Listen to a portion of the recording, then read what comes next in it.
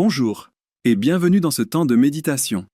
Aujourd'hui, l'Église célèbre la conversion de saint Paul apôtre, un homme qui persécutait, un homme qui combattait l'Église, un homme qui croyait servir Dieu, mais qui était loin de lui. Et pourtant, Dieu l'a rencontré. Évangile de Jésus-Christ selon saint Marc.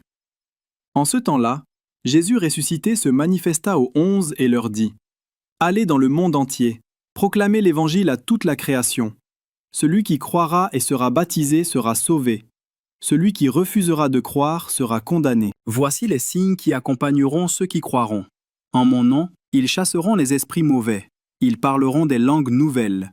Ils imposeront les mains aux malades, et les malades iront mieux. Acclamons la parole de Dieu. Frères et sœurs, cette parole est puissante, parce qu'elle nous rappelle que Dieu ne choisit pas les parfaits. Il choisit ceux qu'il veut transformer. Saint Paul était un persécuteur, mais Dieu a vu en lui un apôtre. Paul tombe à terre, mais c'est à ce moment précis que sa vraie vie commence. Cela nous dit une chose très claire.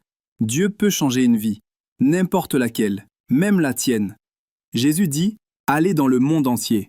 Il ne dit pas « Allez quand vous serez prêts ». Il ne dit pas « Allez quand vous serez parfaits ». Il dit simplement « Allez ».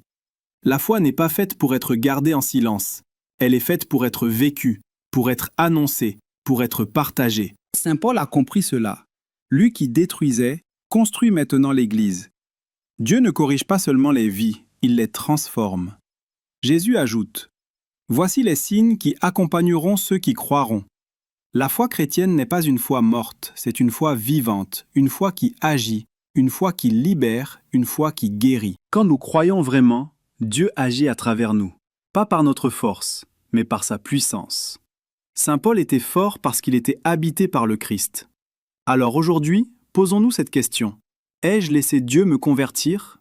Peut-être que je crois, mais sans changer.